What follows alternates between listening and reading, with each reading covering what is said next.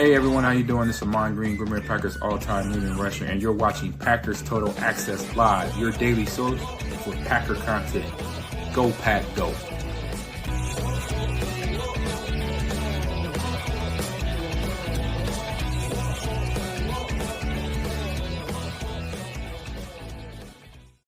What's up, guys? Welcome into Packers Total Access. My name is Clayton. You can check us out on packernet.com. Find me on Twitter at Packers_access. Joined alongside Tim in Green Bay, Wisconsin, here to talk Packers this evening. We got an awesome Chalk Talk episode for you guys and gals. If you're new here, you don't know what that is.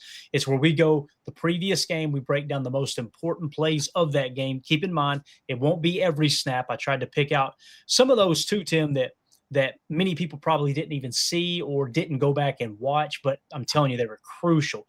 Big third downs, big conversions for the Cowboys, the Packers as well. There's some positive in there. There's some negative. There's plenty of stuff that we can look at in regards to what the Packers can clean up and get better at. It's going to be a fun episode. I promise you that, man. And that awesome shootout, that 40-40 tie down there in Jerry World. Before we get into that, we're going to hit on a little Super Bowl comparison, guys. What I did was I pulled just some key stats, the win-loss record and kind of how the team started in 1996 when the Packers, led by Brett Favre and Reggie White, won the Super Bowl. And then I went to 2010 when Aaron Rodgers and Clay Matthews led that team, along with Charles Woodson, to a Super Bowl.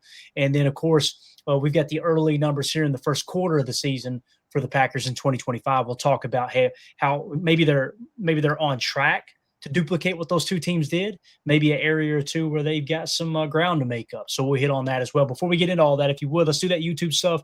Hit like, hit subscribe. If this is your first time tuning into PTA, welcome. Thank you for making us a part of your evening. We're not experts here. We're not insiders. We're not media members. We are fans just like you talking Packers on the daily. So if you're looking for that type of content, pregame shows, postgame shows, film breakdown, breaking news, the whole 9 yards, make sure you click that bell icon so you're notified when we go live moving forward. And I see the chat is already filling up. Appreciate everybody making us a part of your evening in there, man. The chat's what makes this show great.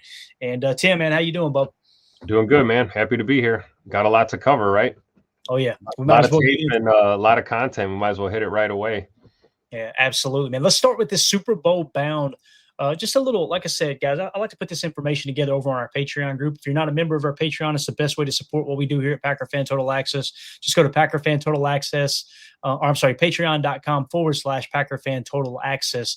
And $3 gets you access to the entire site, everything on there, the chats. We're starting to get some fantasy football news coming in now. We got two fantasy football leagues that are going on in there. So it's a lot of fun to see who's winning in those standings, getting bragging rights and the prizes and all that good stuff. And also, if you're a member of our Patreon group, we do giveaways, just random giveaways, an opportunity for us to give back to those who are supporting the channel. So with that being said, Tim, let's jump into it, man. How did the 2025 Packers stack up to past Green Bay Super Bowl teams? All right, let's just kind of dive into it. I love this picture here, too. I've got this printed in black and white and framed right over here on the wall in the studio. I love this shot of John Madden, Reggie White, and Brett Favre back. And I believe this was in 1996 when this picture was taken. Obviously, John Madden, huge fan of the Packers and Lambeau Field and the Mystique. And obviously, you guys have seen Frank Caliendo do his bit on just Brett Favre, right?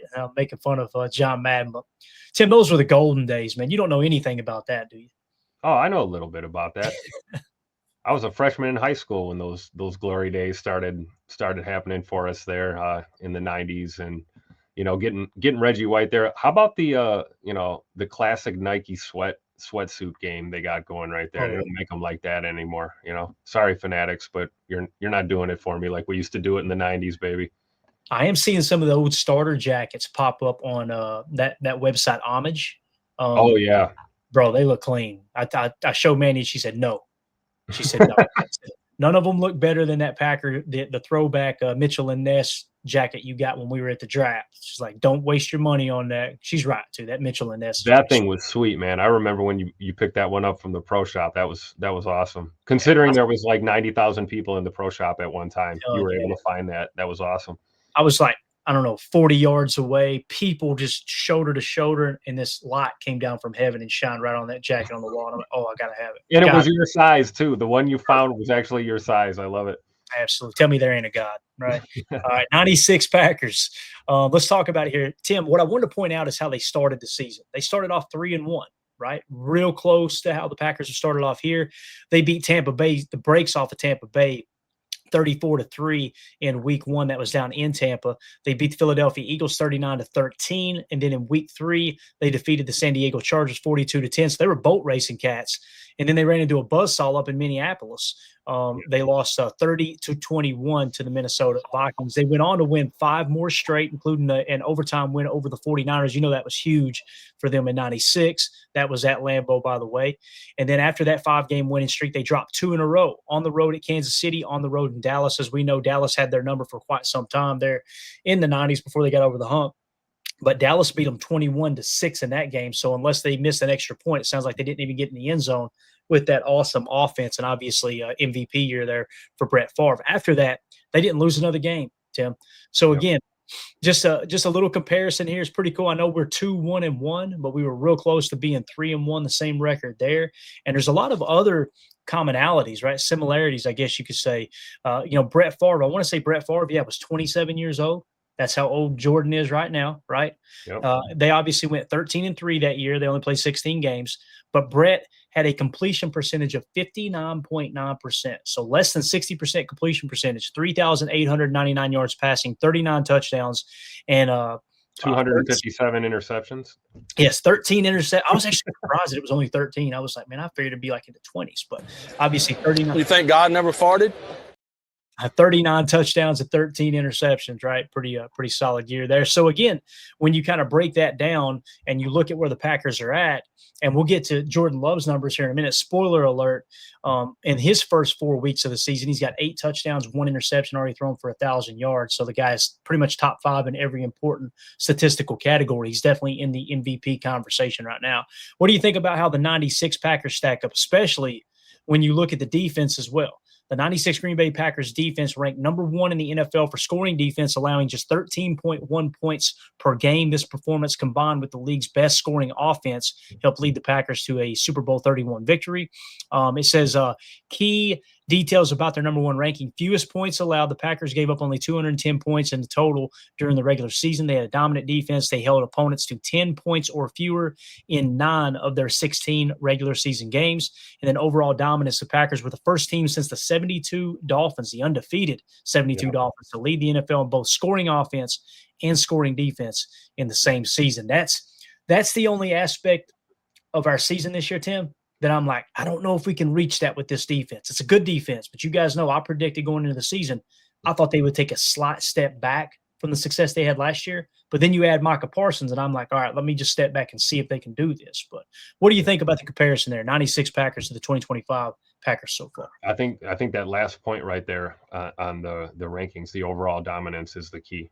Shout out to Coach Shula and his 72 Dolphins. Leading the way on both scoring offense and scoring defense in the same season. I think, you make a valid point, Clay, when you talk about maybe taking a step back in that second year under Jeff Hafley.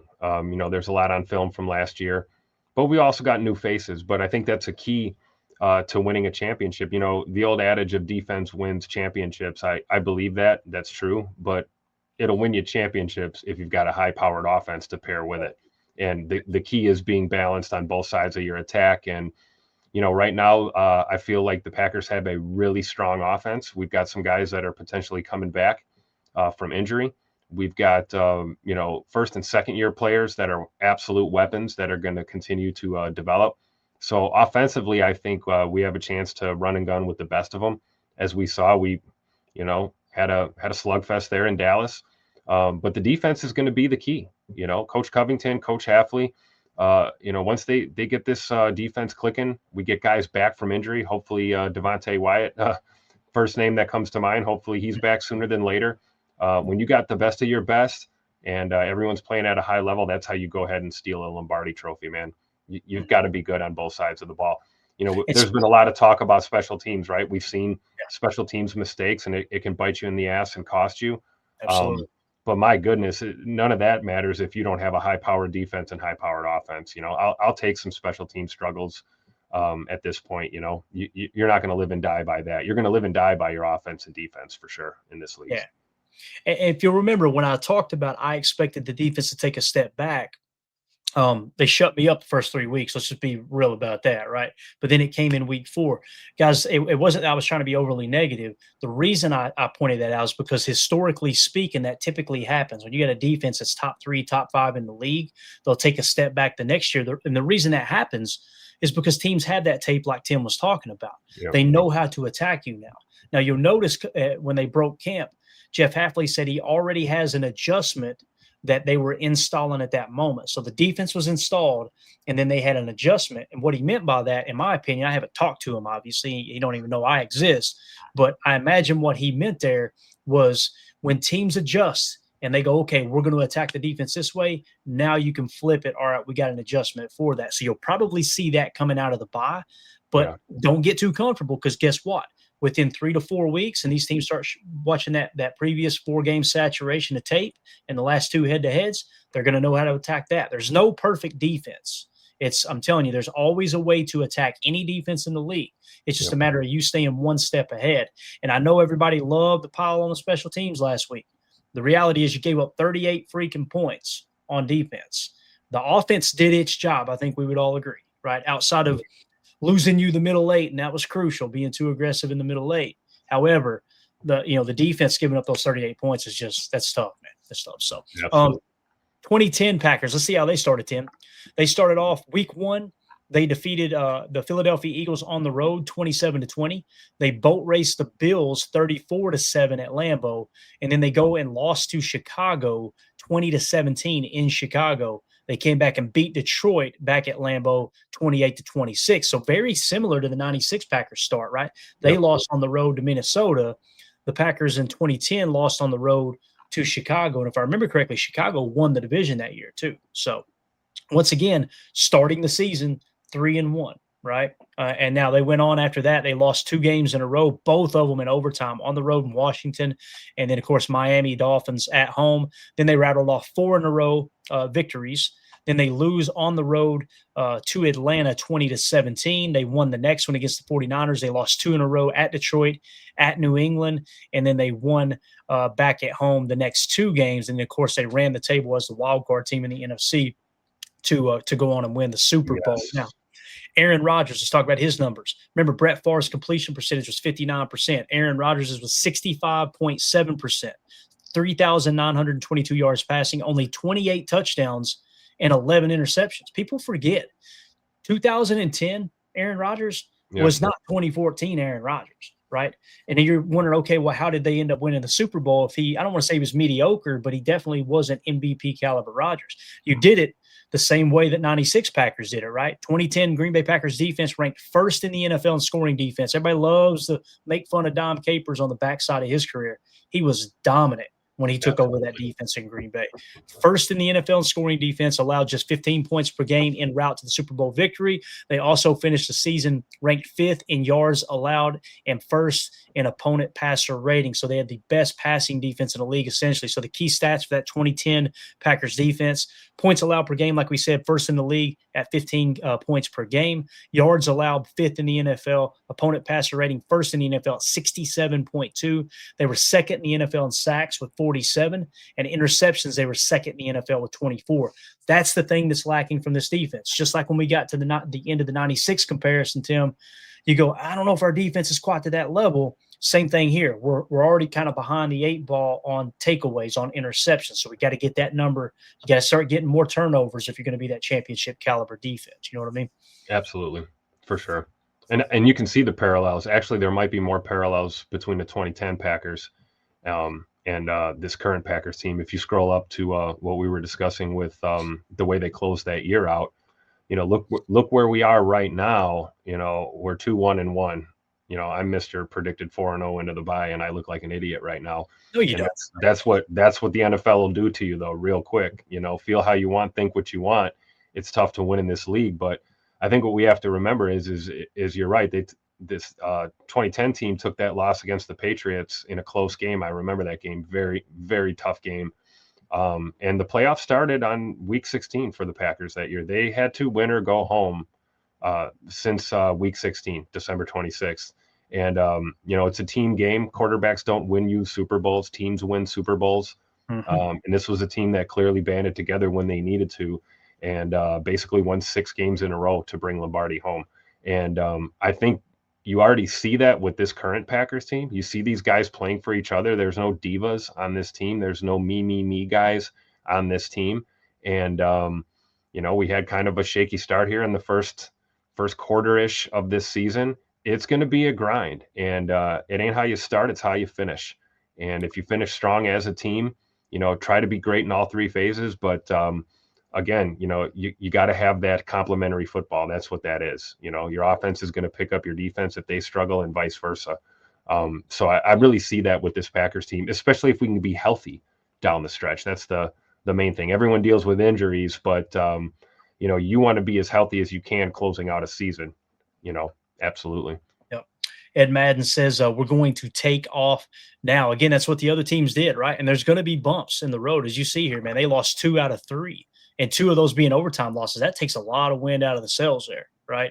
And that was so they had a week 3 loss, a week 5, and a week 6 loss. But again, man, that defense was solid. So let's fast forward ahead now, Tim, to the 2025 Packers. Obviously, you notice the theme here with the first picture we showed you. You got Brett, he had Reggie, right? Yep. You had Aaron Rodgers, he had Clay Matthews. Now you had Charles Woodson, who was, I think, an even better player than Clay Matthews. But again, that edge rusher is huge and having a dominant defense. And now you see Jordan Love with Micah Parsons, and obviously Rashawn Gary with more sacks than Micah up to this point. So you could really make a case that they got 2 damn near elite edge defenders on the same team. So obviously you get the season started here. You win 27-13 against Detroit at home. You got Washington at home, 27-18 victory there. You lose on the road in Cleveland, 13-10, and then you tie with the Cowboys there, that 40-40 overtime tie at Dallas. So again, very, very similar. You just got a tie instead of an extra win there. So this team is right there. The point here is some people are looking at this like you lost and then you tied. Oh, no, the season's tanked. Guys, No. Look at those other Super Bowl seasons, right? And it's not to say we're going to win the Super Bowl, but let's slow our roll a little bit, man. Packers are going to be fine. Let's talk about the projections here. Jordan Love's projections. So right now, he's 84 of 121 with a 69.4% completion percentage. Again, what was Aaron's? 65. So he's almost a full 5% higher than Aaron's completion percentage, right? He's got 1,000 yards passing, 8.3 average, 8 touchdowns, 1 interception for a passer rating of 113. Guys, he's projected right now, if he keeps this pace, his projection on the year is going to be 69.4% completion percentage. Obviously, I have 357 completions, 4,250 yards passing. That's more than both of the quarterbacks we just talked about, both of the Hall of Fame quarterbacks we just talked about. 34 touchdowns, 4 interceptions. That blows both of their numbers out of the water. Brett had 4 more touchdown passes, but he had 9 more interceptions. That's huge with 113 rating there. Now, keep in mind, Jordan's career averages, look at this, 64.1%. Guys, Aaron's career average was 65%. So we can start to put to bed now those accuracy concerns we had with Jordan early on. It seems like he's really figured that out, and he's starting to settle in at the age of 27, just same age that Aaron was too, the year they won the Super Bowl. So, in terms of his average this year, 8.3, it's obviously higher than his career average of 7.6. And the turnover differential, touchdown to interception ratio, you can see has improved tremendously this year as well. And obviously his passer rating significantly higher at 113 this year so far compared to his 96.8 career. As of week 4, here's the big question mark. The 2025 NFL season, the Packers defense ranks 13th in scoring defense now. And obviously that big 40 burger, that hurts, right? Or 38 points, that hurts big time. That drops you down significantly. So for more context on our overall performance through week 4, they're averaging 21 points per game is what they're giving up. That's 13th best. Total defense, the Packers are ranked 8th in the league for total defense, giving up 283.3 yards per game. Rushing defense, they've been strong against the run, ranking tied for 2nd in the NFL with just 77.5 rushing yards allowed per game. And then total touchdowns, the defense has given up 9 touchdowns in total. So the one thing that I would say right now, Tim, is not on par with those other 2 Super Bowl teams is the defense, but it's early.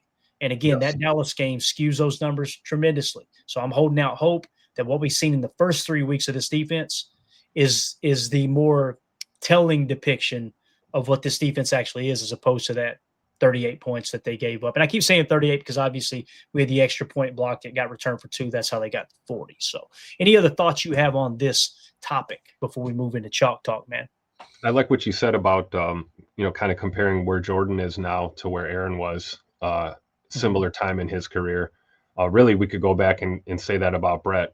Brett came a long way from throwing footballs into the stands for Jerry Glanville's amusement, to ending up throwing absolute missiles in Lambeau Field for us. And, even after Brett's first year, the excitement got going, but he didn't really settle into his own till, really year 2 or 3 as the starter in Green Bay. And same thing with Aaron Rodgers.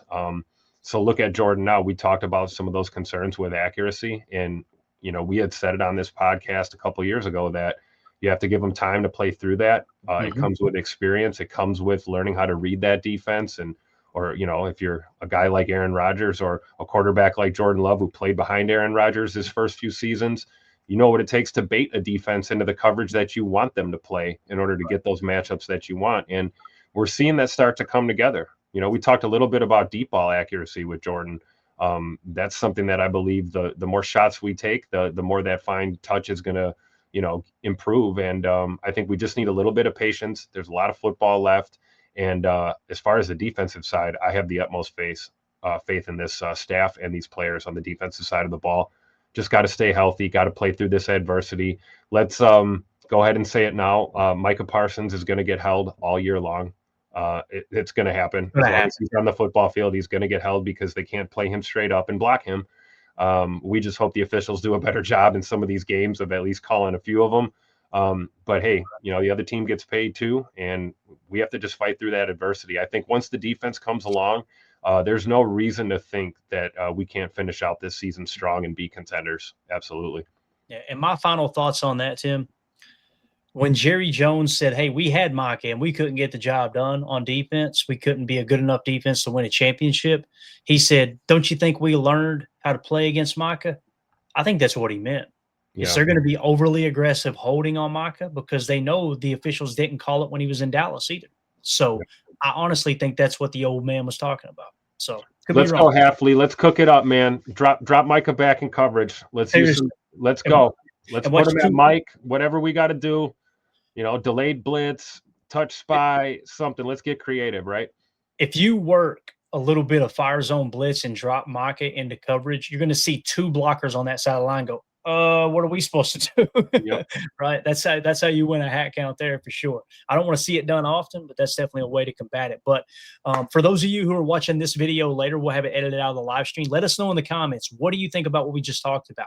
How do you think the 2025 Packers stack up against the 96 Packers championship team and the 2010 Packers championship team? We want to hear from you. Let us know in the comments. Also, make sure you click subscribe and click that bell icon so you're notified when we do go live. Tim, you ready to do some chalk talk? Big dog. Already know, man. Let's go. Let's break down these 550 plays that we got from this long overtime game. I'm telling you, man. Let's see if we can get this screen adjusted just a touch where we can make it a little more palatable. Let's see here. I'd like to go just darn near full screen if we could. I don't know if it's going to allow me to or not. Let's see here. Well, let me adjust that. It will not. All right. So we'll just get it as good as we can here. That's about the best I can do right there, gang. So here we go, man. Let's jump into it. And keep in mind, guys, there's going to be plays. We got 16 plays here. There's going to be plays that didn't make the cut. We talked extensively about the field goal block. We showed the actual game tape the other night on the show. We're not going to continue to harp on that over and over and over. It's real simple. Musgrave missed the block. They blocked the field goal. End of discussion. I don't know what else to say, right? And it was funny earlier today listening to Brian Balaga, and everybody who was piling on fire Bisaccia, one of which was Mark Tauscher. They wanted to get Bulaga's take on it. And I'm telling you what Bulaga said. And I had somebody message me earlier, and I probably shouldn't even mention this, but I had somebody message me earlier, and they said, Clayton, they're stealing your content. And anytime I hear that, I cringe because, guys, we're all talking about the Packers. I'm not stealing anybody's content. They're not stealing my content. You're going to talk about the same thing when you're talking about the same team. But there's been several articles written now on what we talked about earlier in the week where I said, guys, this has happened through multiple special teams coordinators since all the way back to 2003, right? All of those special teams coordinators were hired when they were at the top of their field. All right, this guy, this is the dude who's going to change it. And every single time it doesn't happen, right? They said somebody had messaged me and said Justin Moscato mentioned in an article that when you draft and develop, that's the curse for special teams. You guys know I took it in a little bit different direction earlier in the week. I said when you're building a roster for a West Coast offense based team based coach, and that's what the Packers have been all the way back to Mike Holmgren getting to Green Bay in '92. This is I didn't come up with this on my own. This was Michael Lombardi, Bill Belichick, Bill Walsh talked about this as well because Bill Walsh was kind of the inventor of the West Coast offense. Should have been called the Midwest offense because obviously he created it in Cincinnati before he went to San Francisco. But they're always geared around when they build a roster, when those GMs are build a roster, it's how can we get the next weapon? How can we bury somebody on the depth chart that's going to help us with our offense because they're an offensive minded team. Let me give you an example. They were expecting Brian Bulaga to pile on to Rich Bisaccia earlier. And the thing that Bulaga said was, yeah, I mean, you got to have the right guys to do this. You got to have the right guys to play wing on field goal block or field goal protect. And you know what he mentioned? Mercedes Lewis. We have Mercedes Lewis. Mercedes Lewis is as good as anybody in the business. Yep. Remember we let Mercedes Lewis go because we wanted to get younger and more athletic? That's what I'm talking about. When you go out and you can't keep a progress stopper like that on your team just for special teams, right? Yeah, you can. But you can't bitch and moan when you get kicks blocked, right? Exactly. So, yeah, that's the big thing that I took away from what Bulaga said. But also, when you go out and sign a bottom of the roster guy, who was the big signing that we had in the offseason? I say big signing because it was the very bottom of the roster, minimum contract. Some of us were excited about, some others weren't. Was the speed demon McCole Hardman. This dude, let me tell you, we're going to have Aaron Banks. we're going to have an extra speed guy, an extra gadget guy. He's going to be kick return, all these things, right? How does that help you on field goal protect? It doesn't. But again, why did you sign him? Because he's got world-class speed, and you can use him as a gadget player in your offense. Unfortunately, he never made it. You guessed it, Chuck. Chuck said McCall. Exactly. That's the mindset when you're building a roster with this type of offense-first mindset. And again, I'm not knocking it, saying it's not the way to go. You won a Super Bowl in '96 doing it. You won a Super Bowl in 2010 doing it, right? It is what it is. That's Bill Parcells and everybody in his coaching tree. They prioritize special team players, and people within the Ron Wolf, Ted Thompson, right? All of these, and now, of course, Brian Gutekunst, these structured teams, they don't prioritize it. They don't completely neglect it, but it's not at the top of the priority list, if that makes sense. So just want to mention that Bulaga kind of echoed what we were saying, and they were supposed to pull the tape up and watch it so Bulaga could break it down, and they couldn't get their NFL pro to work on Wildy and Tausch. So I was really looking forward to it too, because you guys know where I stand on it, and I don't want to spend any more time on it other than Bisaccia didn't tell that cat. And I had somebody comment in the YouTube chat. I wish I knew who it was. I could give him a shout out. It was a good conversation, but he said, basically said I was making excuses for Rich Bisaccia because I said Bisaccia didn't tell Musgrave to miss that block, right? And then he went through and rattled off all of the different special teams where I'm like, you understand, you're proving my point. Like you hired all of these coordinators thinking they're the one, that your Ron Zooks and your Mo Drake, all these guys, right? Oh, this is going to be the one. And then they get ran out of town too. There's one thing that's been constant throughout that whole time, and that's you have the same exact executive tree growing your roster, building your roster, from Ron Wolf to his protege, if you will, Ted Thompson, to his Brian Gutekunst. Brian Gutekunst, yep. So that's the only – I'm not saying that's the reason it happened. I look for commonalities. And that's the only excuse I can – not excuse, but the only explanation I can come up with. Rich Bisaccia was the most qualified when they hired him. I don't care what anybody says. There was nobody. When they hired Bisaccia, there was nobody in this fan base going, oh, what a horrible hire. Everybody was fired. Just like the same fans calling for his head right now can't name a single candidate that they'd like to replace him with. Right. It's the same thing. You can't fire your way to a championship, guys. We need to pump the brakes a little bit, I think, at this point. Yeah. Now, here's the thing. If you were to ask me, how would you fix the problem, Clayton? This is how I would approach it. You don't fire Rich Bisaccia, but you hire an extra hand in there for special teams, okay? An assistant for Rich Bisaccia to really prioritize special. The problem is you can't take him off an NFL team. That's against the rules, right? And who's floating around on the market right now that would be worth bringing in? Right. So if that's not the case, I'll tell you what I would do, Tim. I would approach it two different ways. This is obviously a problem on the wing blocking on field goal team, right? We've established that. It's happened 2 weeks in a row now.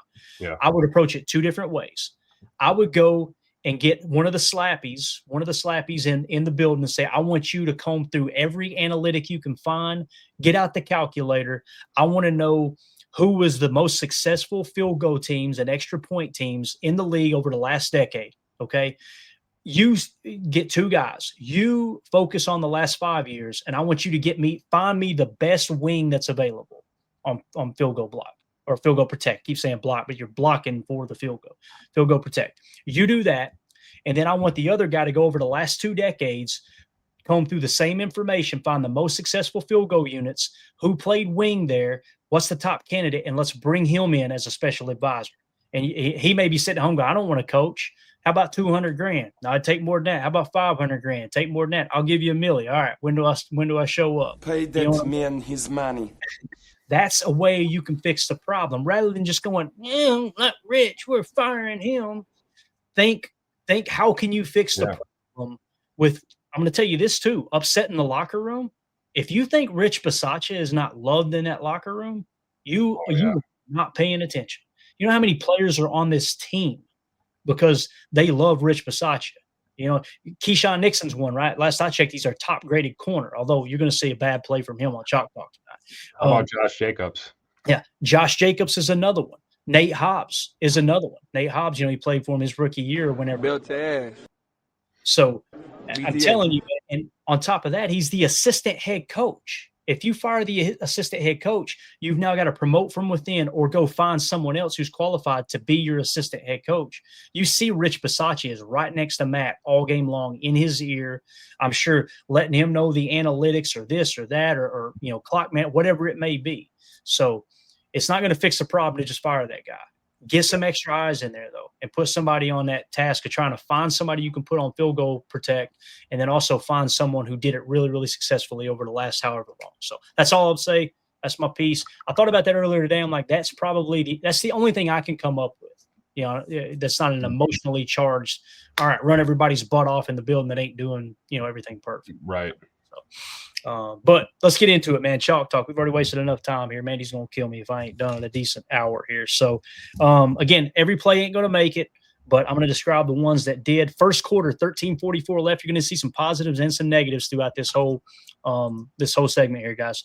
So the score is 0-0. It's 3rd and 9 play from your own 32-yard line. This is when love finds golden. This is one of those plays we laughed at, Tim, because obviously something did not go right here. Right, like someone was in the wrong place. Matt addressed it. I was going to play the audio, but I didn't have time to edit it in. He said Golden ran a corner route. He didn't say Golden ran the wrong route, but he said he's got to know that situation, which makes you think, what does that even mean? So in my opinion, he should have recognized I'm running the corner, Wicks is running the go. That's Wicks's ball, and break that thing underneath a little bit more. But here was the play call on that 46-yard gain for Matthew Golden. 11 gun, tray left, 97 Y flat, X dig, T counter, V. Let's talk about what it all means. 11, one running back, one tight end. That's 11. Tray left is you got 3 targets to the left, one of which I'll put in the blue is the tight end. That makes it tray instead of trips. All right. And then Y flat, X dig, T counter, V. Let's draw the play out. So 97 is a real simple concept. It's a go corner. So Wicks is going to go, and then this is supposed to be a corner underneath there by our boy Matthew Golden, okay? And then the Y flat, he's going to look the chip, but nobody rushes. So he's just going to hesitate and then get out here in the flat off to the left. And the X is a dig. You'll notice he bends in, back out to set up the safety, and then digs across. And then you got a T counter V. A V is typically, it's like an angle route, but when it's a counter V, he goes across the formation and then V's back in this direction. So again, the play call, 11 gun, tray left, 97 Y flat, X dig, T counter, V. Let's roll the tape. Watch Matthew Golden up top. The ball's going to go not necessarily to him, but you see, all right, he's getting inside right here, Tim. He's trying to bend and press, and then he's going to get over here on this corner, right? Yep. Wicks, in my opinion, gets a little too far inside here. He should have been on the sideline to give enough space. Red line, a little more red line for Wicks, right? Now you see Wicks throws the hand up, right? Jordan lets that thing go, And Matthew Golden, he should have known Wicks is running the go. So the problem is Matthew Golden's so damn fast, he just torches 55, right? Exactly. So now you got to make a decision. Do I go get this ball or I'll let Wicks have it? I honestly think he's expecting Wicks here, and Wicks is expecting him here, right? So neither of them are in the right spot, and I think that's what Matt LaFleur is trying to convey in the pressers. They're both tracking the ball, though. That's a good thing. Right, and I think they both would have caught it too, but I love that Wicks laid off at the last second, right? Yeah. That's a smart veteran move there. And again, great hands by Matthew Golden. It's not just it's a mental mistake by both of them, but still not necessarily a negative play. And look at this throw by Jordan, dude. Yep. That's a dart. You got to love the trust too, right? Mm-hmm. He saw that yellow glove up in the air and just let that thing fly, man. Yep. And great interception by Matthew Golden. And if Matthew Golden is cutting across the face there, who knows? Maybe 26 has to reroute and Tay Wicks catches that thing and takes it for 6, right? And then my prediction of who I thought was going to break out in that game would have been spot on, Tim. We'd have got the first play of the game. First big play of the game would have been a touchdown to Wicks. For sure. So. But I think your point is spot on. If Tay Wicks tries to get up there and grab that ball, we're looking at a pick. We're looking at that ball getting bobbled. There's 3 DBs in the area. It's probably going to end in catastrophe. So if you're talking about a busted play, it's about the best way it could turn out for you, right? Yeah. And full disclosure, guys, I forgot to mention, if the stream goes down, it detects copyright. It'll come back up if you want to wait it out and just keep hitting refresh, or you can hop on Rumble or X if it goes down. Regardless, this aspect of the show will be edited out in its own video. You can watch it later as well. So next play, Tim, second quarter. We've got 11-19 left. Green Bay is leading 7-2. So this is after the extra point got blocked. Second 19 is what I'm showing here on the clip. Second 19 at Dallas is 29. This is Love to Jacobs for 28 yards. This is 830 Pony, also known as 21 Gun. So what you got here with 21 Gun is you got 2 running backs, right? And 1 tight end. The Y flex, that's Tucker Kraft. They did this all game long, Tim. They wanted to flex Tucker Kraft out all night, and you'll notice they put a corner on him as opposed to a linebacker. That tells you it's probably a zone defense. That's another reason why they like to flex the Y out. If a linebacker's out there, you know it's man coverage, right? Or a safety on him as well. So 830 Pony. This is Josh Jacobs, number 8. This is number 30. Chris Brooks, Pony package, the double sidecar out of the gun, right? So this is what we call 830 Pony, number 8 and number 30 in the backfield. So we'll go 830 Pony, Y flex, 689 H orbit lead T swing. I love this play call. Really, really creative. So what you're going to have here on the 830 Pony, 830 Pony Y flex 689 is going to be a dig, right? There's your dig route. And then you're going to have a post route here from Wicks. And then you're going to have a go route by Romeo over here, Mr. Guardian Cap, all right? So that's the 689. It's a 6 route, 8 route, 9 route. That's a dig post and a go. H, orbit, lead, T, swing. It's a little cheat. So what he's going to do is orbit motion, which is around the quarterback and get out here to lead block. And then it's going to be a T lead swing. Josh Jacobs is the T here. So what Jordan's going to do, Tim, this looks a lot like slot cross, right? It's actually a post with a backside dig. It could have been slot cross choice where he decided to turn it into a post as opposed to a climb route. But nonetheless, what Jordan's going to do is he's going to step up. He's going to try to get the ball on this side of the play. The problem is they played it perfect. So I love what Jordan does, and this is the difference between healthy Jordan Love and the banged-up Jordan Love from last year. He's going to tuck this thing and run a little bit. So there you see the cheat motion. See how they're setting up the lead swing, right? So you get your lead blocker at the bottom. Now look at what Jordan's looking at here, right? He's thinking, Romeo, you got the safety is playing that deep half over there. There's no way you're going to get it there, right? So now he's probably looking for post to see if this receiver can set that safety up and win on the post. If he doesn't, then you look for the dig. By the time he gets to the dig, you'll see they played it perfect. The backer now sinks. Wicks is covered by the safety. Now the backer clamps down on the dig. Jordan says, let's run this rock, right? But here's the beautiful thing. Look down here. Jacobs is still waiting. With a blocker.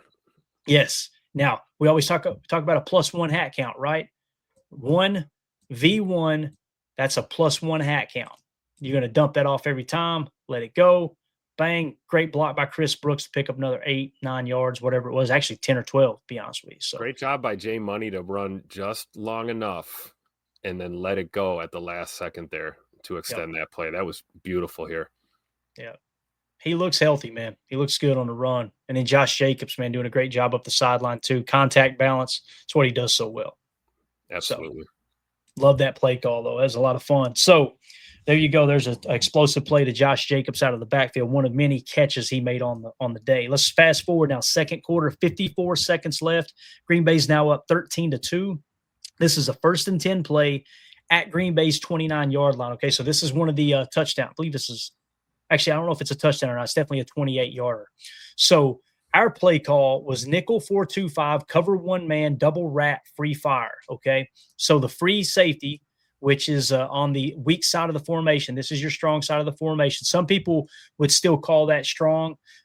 They like to say field side is the free safety. We've always been taught the strong side of the formation is the strong safety. And some coaches may see it different. So that's why we're saying free fire here. So again, the call is cover one man. So what you got is man coverage, right? And then you've got probably man here. Actually, I think it's that's right. You got catch man here, and then of course this safety is going to sink out, so it's cover one. That makes sense. So Yep. you got cover one man, and when I say double rat, you'll notice when they roll the tape here. Here's your free fire. So you're bringing McKinney on a blitz. So you're bringing 5. So this is cover one. Now notice how you got 2 rat defenders in the middle. Rat are those guys that play that hook curl underneath with the man cover combination on the backside. Okay, so they're playing rat, but they're also kind of keeping an eye on what's going on right here as well, right? So just keep that in mind. You'll see McDuffie actually played the tight end, and then Quay gets a little washed out right there. They're going to throw it up top. That's what happens when you play man coverage. Again, Especially press. I mean, Hobbs was that's pretty close to press up there. and this isn't bad coverage by Hobbs. No, Like, it's look, not. he's right About as there. good as you can play coming out of press, right? Yep. And here's the other thing too. The thing that I don't like is playing that. Oh, I went too far. Sorry. When you play that cover one man like that, and your safety is on the opposite hash, Yeah. right? That's your deep. That's your help. Now he's doing that because you got two players on that side of the field, right? So that's a lot of distance to cover. But Evan Williams covered it, guys. Look at that. Yeah. And he great gets awareness by Evan Williams, man. Yeah. It's just a hell of a catch. Sometimes the other team just makes the better play, you know? Yep. It's a hell of a throw, hell of a catch. Nate Hobbs was plastered all over him. I love that Nate Hobbs knew I've got to make sure he doesn't beat me over the top outside. If Nate Hobbs gets beat out here, That's a then guess touchdown. what? That's Yep. a -1 or a -2 on his scorecard. But the fact that he gets beat kind of somewhat underneath and not to the inside, that's probably going to be, probably won't be a +2. It might be a wash, just an even grade or maybe a +1. But they played it about as good as you could play it. That's the problem with man coverage. You're going to have explosive plays like that. They decided to bring a safety blitz, play cover one man with a little double rat option underneath, and they just made a play, man. It's that simple. So we'll watch it here from the end zone cam. But Pickens played a hell of a game, man. Hell of a game. Oh, yeah. Yeah, and Coach Lynn raises a great question here, Tim. He says, why is X not playing post safety on this play? I would much rather X be playing post safety. However, Coach, I don't think he would have played it as good as Evan did on that hash. You know, now if your argument is he would have had the awareness to know they're going to run that route, maybe film study would tell him, okay, they're going to run a go route with Pickens. He's going to shade over a little bit more where you can get to that play. I can understand that. That could be the case, but I think they were honestly playing the hat count on that side, and you just got to trust Hobbs to be able to run with this guy, you know. So, Yep. but yeah, and again, sending X on the blitz here is, you know, like kind of what we alluded to last night. You know, simulating that 5-man front with some extra pressure. You're trying to get to Dak. What else can you do? You're right. Evan Williams played that about as good as you can, coming from the strong side all the way to the weak side of the play.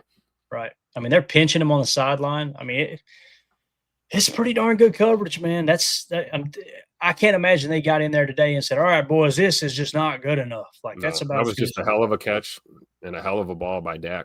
Right. That's a fact. Let's take it back just a second and let's see the protection. There's one of the many holds on Micah. I want you guys to key in on Micah. If I remember correctly, he's going to jab and then loop over. And here's one of the holds we talk about. Tell me if you guys think this is a hold. Watch him work in. Is that a hold? I'm sorry. That's just a former teammate hugging another teammate. You know, Look at that former right there. teammates hugging each other. You know, hey, good to see you again. He's literally got him. That's right. That's not a hold. And then you got over here the arm hooked on the outside of Enigbare, I believe that is. Might be Gary. I think it's Enigbare. It's Enigbare. Look at that. Got him in a chokehold, right? So anyway, we won't harp too much on those. We already broke the damn internet yesterday with all the screenshots of all the holds that we didn't get calls. So there's another explosive play. Again, just make a note that it was cover one man. It was actually a cover one blitz, cover one man coverage blitz. So that was 28 yards to Pickens. All right, next, second quarter, 21 seconds left. Green Bay's up 13-9, 1st and 15 at their own 27. Guys, I think this is the play that lost you the game. It's very rare that you come to the conclusion that, okay, that right there, that one play was probably the deciding factor.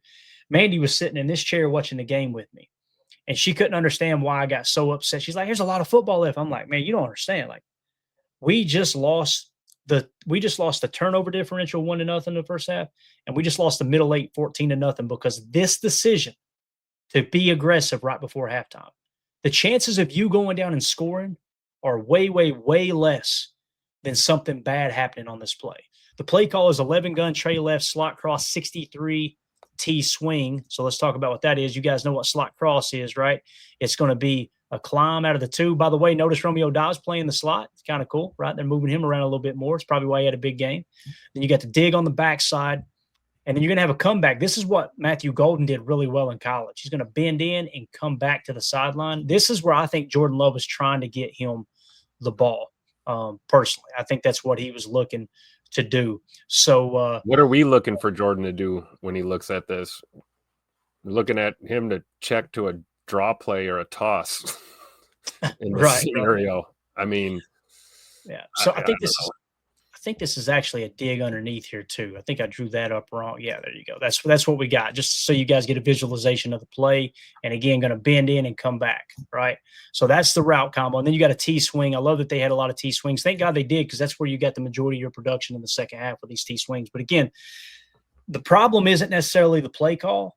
For me, the problem is you've got control of the game, guys. You're up 13-9. At this point, your defense is playing pretty damn good football, right? Your offense was going to get going.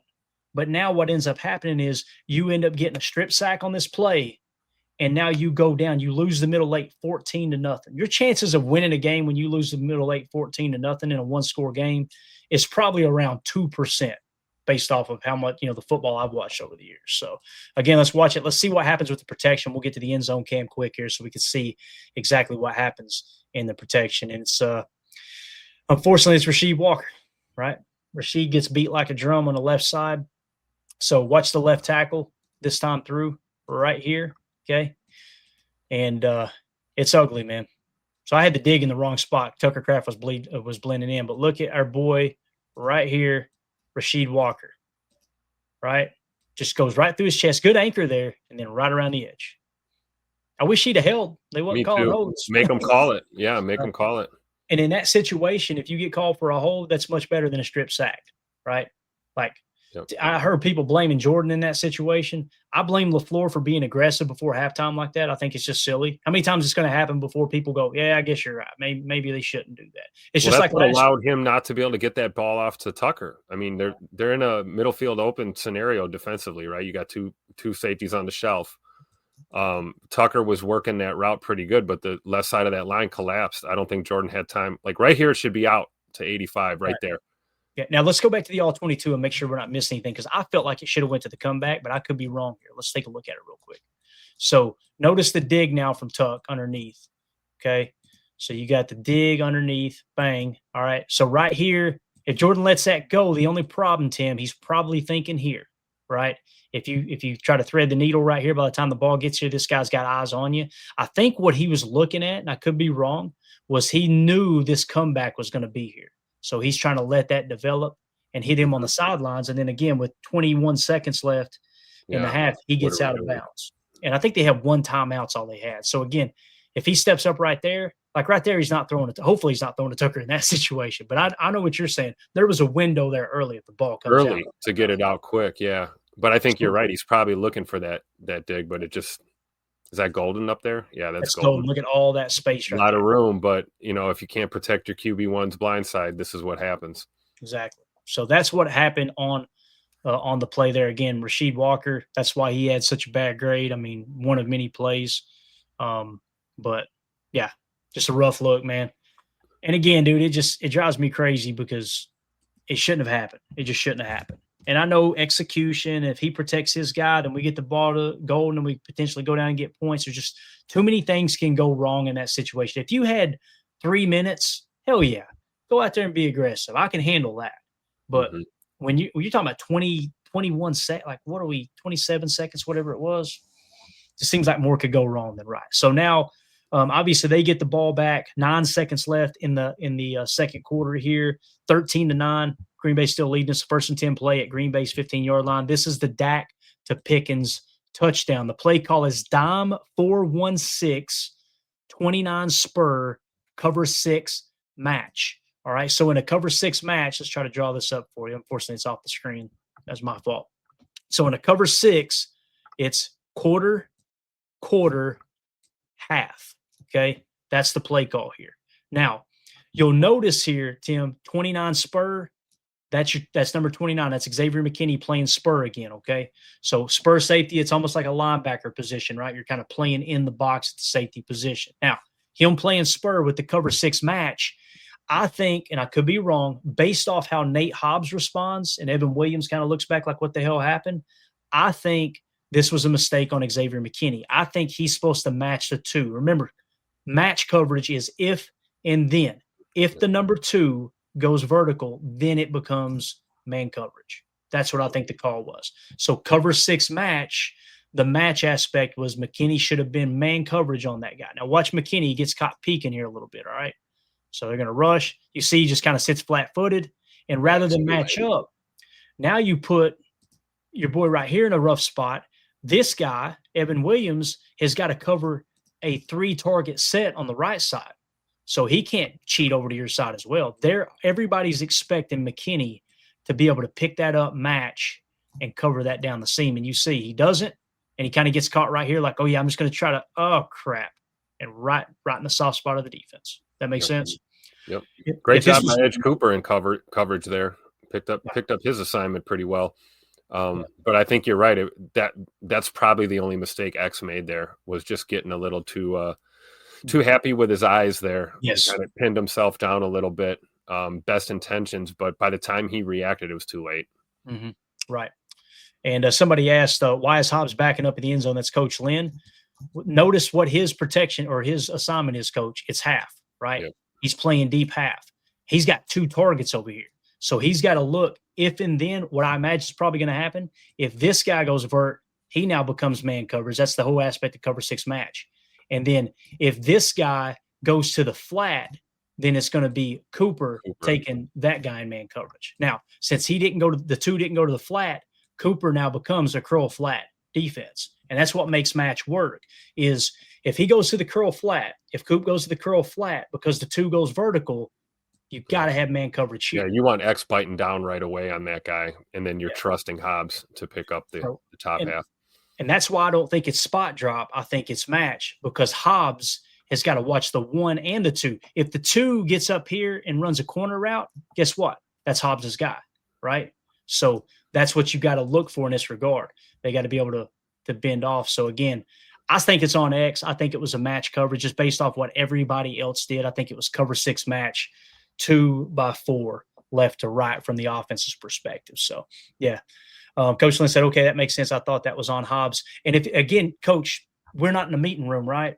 If it's spot drop, if it was supposed to be spot drop, then it is on Hobbs, right? That means McKinney was just playing his zone. To me, everything screams match coverage. And that's where we're always going to do on this show, put out the full disclaimer. Hey, we're not in a meeting room. We don't know what the exact call was. We're just trying to, guess as best we can. If you're wondering what spot drop is, guys, spot drop is just straight zone. You drop back and you cover a zone. You want to cover players. You don't want to just cover grass, but you're picking players up in and out of zones, right? When you play match coverage, if and then, if that 2 goes vert, now it becomes man coverage. That's the match aspect of the cover 6. Let's watch the pass rush here, see if we pick up on anything. I can't remember if we do or not. It might just be a no-go. So Brooks is getting double teamed. You see Mike off the left side trying to get through. Everything looks pretty clean there. Dak just stepped up and delivered a good ball. And again, McKinney, you see him get caught right there the whole time. And Kind of I think he thought, Tim, I think he thought I can make this play, and he just didn't realize how deep George Pickens has gotten because he had his eyes in the backfield. So absolutely. Yeah. Just tough You look, see, man. this is what tells the story right here. Watch both Hobbs and Williams. Look, Williams is throwing his hands up right now, like, what the hell just happened? And watch Hobbs. Hobbs looks at McKinney like, what are we doing? McKinney's going, crap. It's another part of the story, it looks like, right? So Absolutely. all right. Hopefully we explained that well enough for people on the podcast as well. All right, let's fast forward. Third quarter, 10-14 left. Dallas is leading 16-13 now. Right now, you got yourself in the hole. 1st and 10 play at Dallas's 38-yard line. Let's get us a positive play in here for once, Tim. This is Josh Jacobs with a 19-yard run. We got 11 ace nasty, Trey left, 21 dive is what I called it. And you guys may call it something else. That's totally cool. The reason we say nasty, obviously, is inside the numbers. That's nasty splits across the board. Anytime we got nasty written right after the set, that means the whole formation's nasty, not just one side, one position, that type of thing. Trey left, again, 3 targets to the left, one of which is the tight end. And we're going 21 dive. The 2 is the running back's number. The second number, which is 1, is the gap. All right, even numbers to the right. A gap right is 2, 4, 6. So if we were going A gap right, it'd be a 26 dive, right? Or a 22 dive. But it's odd to the left, 1, 3, 5, right? I think it was designed to go A gap right or A gap left, which makes it 21 dive. And Jacobs don't care what gap it's designed for. He's going to take the daylight. Watch him bounce that thing out. Bang. Right? And just a great cutback, man. He owned Diggs, Tim. He burnt Diggs all day long, man. He really did. For sure. And we know Trayvon Diggs is, coverage is his strength, not necessarily the run fits. But, yeah, Jacobs beat him like a drum right here. Loved it. Yeah. And the blocking looked pretty good. I mean, you see a double team there. You'd like to see Rasheed Walker or Jordan Morgan get to the next level, but that's why I don't think it was a duo call. I think it was just a dive call. They're like, hey, let's just get what we can here. And again, right there, man. That's nasty, Tim. Cooked him. Yeah. I mean, that he's got some of the best ankles in the game, dude. Great work by Tay Wicks and Savion Williams there. Yep. But yeah, Josh Jacobs just doing this is why we signed him, right? It's for plays like this right here. Yep. Stick that foot in the ground, bait that defender, and then bounce it to the outside. Add another 15 yards or so to your run. I love it. That was a 19-yard run. And Balaga said earlier today what we've kind of been talking about. He wants to see more flow.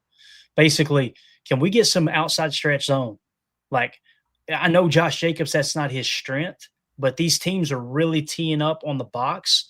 Let's get him outside a little bit, get him flowing. And with those ankles, being able to cut back to daylight, I mean, might breathe some life into that O-line too, right?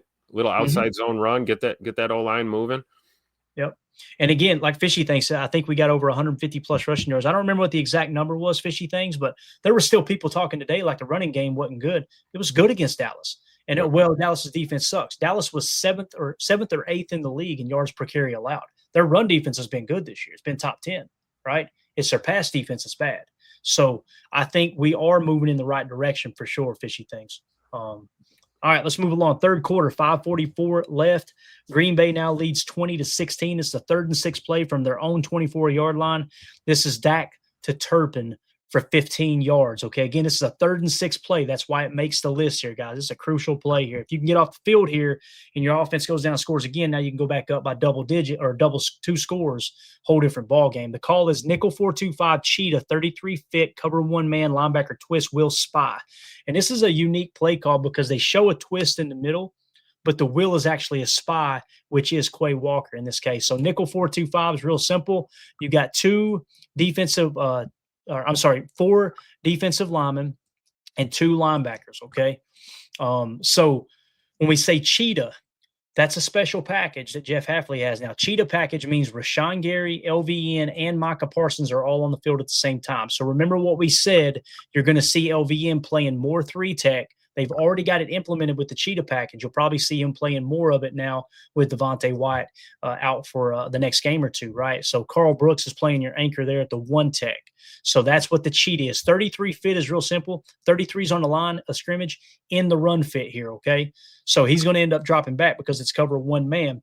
The linebacker twist is really interesting. Quay is, I think, going to go first. Okay. He's going first. And then you're going to have Cooper scrape off of that. But after Quay goes first, you'll see him fade off and play a little spy right here on the quarterback. So again, nickel 4-2-5, cheetah 33 fit, cover one man, linebacker twist, will spy. The reason we say will spy, Quay is the spy. He is the will. He's the will because he's the linebacker of the two on the weak side of the formation. That makes Edgerrin Cooper the mock there. And again, don't get caught up in Edgerrin Cooper's the mock now. They're very interchangeable. It depends on what you want to do week to week and how your matchups line up. So let's roll the tape. And again, you're getting cooked here on man coverage. So watch Quay get in here, Tim. See him? Now watch him fade back. See how he's not really going after the quarterback? Yep. He's just kind of looking for Dak to scramble. Now, unfortunately, they're going to just have a perfectly timed pass here. Everybody wanted to rate Carrington Valentine over the coals like he's just all of a sudden a horrible player, right? This is cover one man. Cover one man. He's playing the right leverage here. Yeah. And you can't get cooked deep. Right here, you've got to play that deep. The only way you cover this, because look at Dak's throwing the ball, Tim. Look, he's throwing it. This guy ain't even turned around yet. Turpin hasn't even turned around yet. The only way you can defend that is if you guess underneath. If you guess underneath, this dude is gone for 6. So it's the play call. You called a linebacker twist with a cover one man look.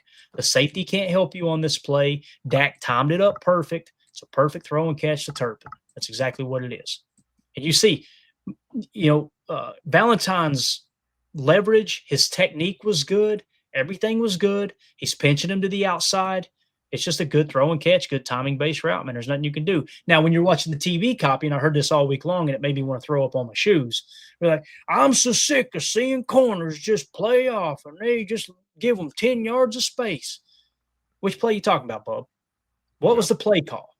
Like, you don't know anything about what the specific play call was. You're just mad that they caught a ball. I'm mad too. But let's try to understand why they completed the pass. You know what I'm saying, man? Because they're professionals and they get paid too. Let's not forget. Like take a look at the throw and catch, like you said.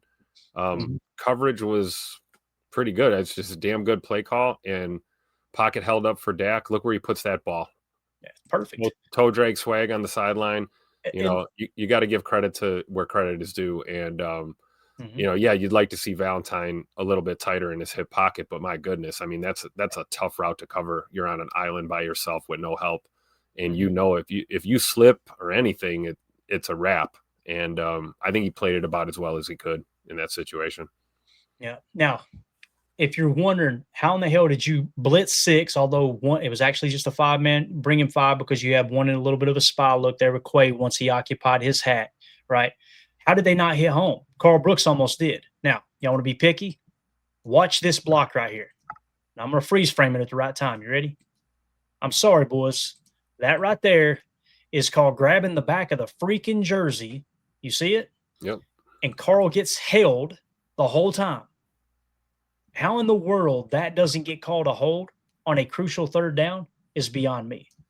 Again, he's got the back of the jersey, right? And you see him kind of throw his arm up right there too. That's usually what gives it away, right? Is when you do that right there. Like help me, please throw the flag. Right. Like, what else am I supposed to do? He's got the back of my freaking jersey and I got my hands in the air. He's obviously not blocking me within the structure of my shoulder pads like the rules say you're supposed to. Your league leader in tackles in the NFL, Quay Walker, is also getting his back plate grab right here in the freeze frame. Right. So again, Carl's he's still getting grabbed. Look right here. He's trying to get a hand on Dak, and 67 has him by the back of the jersey right now. And don't tell me, the ref just missed it. He was out of position. What is he looking at, right? You know? So it's just crazy, man.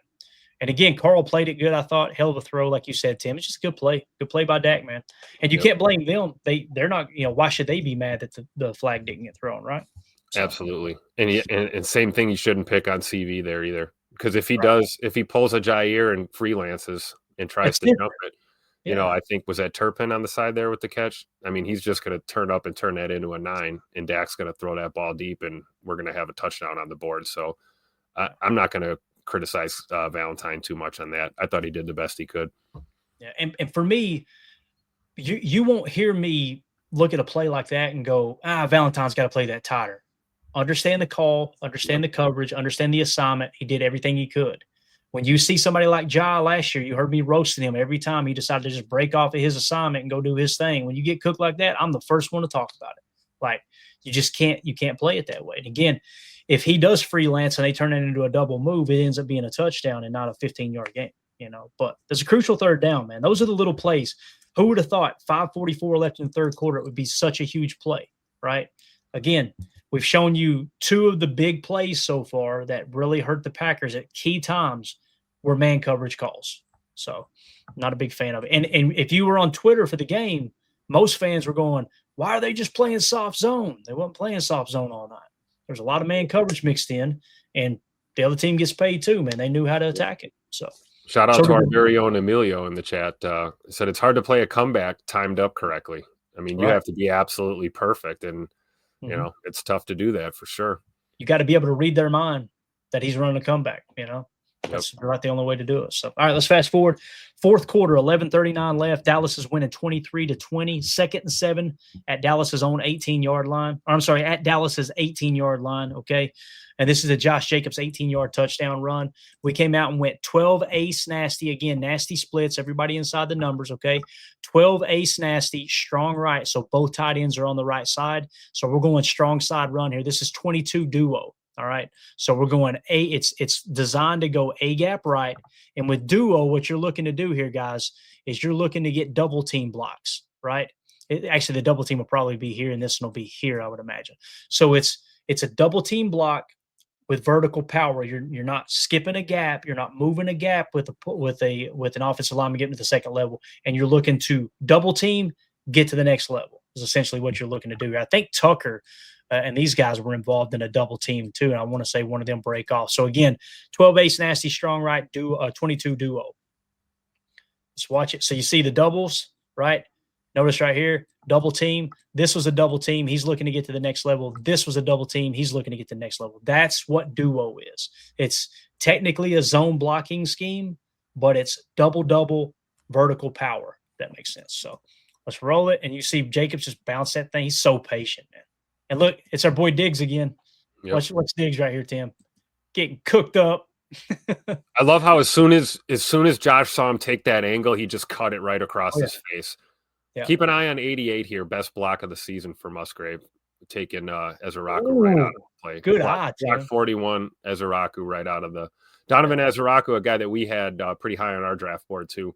Another rookie player that's having a great year, but you got to credit Josh here for just absolutely cooking Diggs. What the hell's Diggs doing here? Look like taking a knee, man. My knee. Hilarious, dude. So he cuts it back, and it's too late, obviously, and then he just ends up underneath everybody. Yeah, you gotta love it, right? Cow. That might be the screenshot of the night, guys. Yeah. Insult to injury. You get cooked, and then Josh ends up right on top of your head here in the end zone. He's literally got his knee on his ear hole, and there's 3 Cowboys laying around Josh Jacobs in the end zone. You love to see it. Yeah. Great job by Musgrave, though. That one stood out to me. Him just getting to the next level there. That was everything for Jacobs to be able to hit that hole. Jin Wright with the line of the night. Cow tipping. Cow tipping. You ain't never been cow tipping before. All right, man. So there was an 18-yard touchdown run by Josh Jacobs. Next, fourth quarter, 6:07 left. Green Bay's now leading 27-23. 2nd and 4 play at Green Bay's 16-yard line.